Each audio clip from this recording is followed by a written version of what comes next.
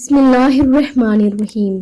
زینب T V کی طرف سے میں آپ لوگوں کے ساتھ رسول اللہ صلی اللہ علیہ وآلہ وسلم کا بہت ہی پیارا فرمان شیئر کرنے جا رہی ہوں کہ بلا احتیاط بولنے والوں کا انجام کیا ہوگا۔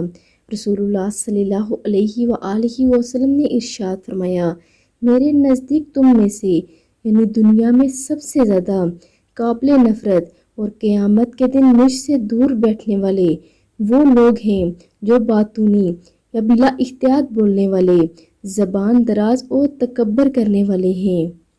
یعنی حدیث کا مفہوم یہ ہے کہ بلا احتیاط گفتگو نہیں کرنی چاہیے یا بہت زیادہ تکبر اور بہت زیادہ زبان دراز نہیں ہونا چاہیے، کیونکہ اللہ کے رسول صلی اللہ علیہ وآلہ وسلم نے فرمایا کہ کثرت سے خاموشی اختیار کرو اور بلا وجہ بولنے سے پرہیز کرو۔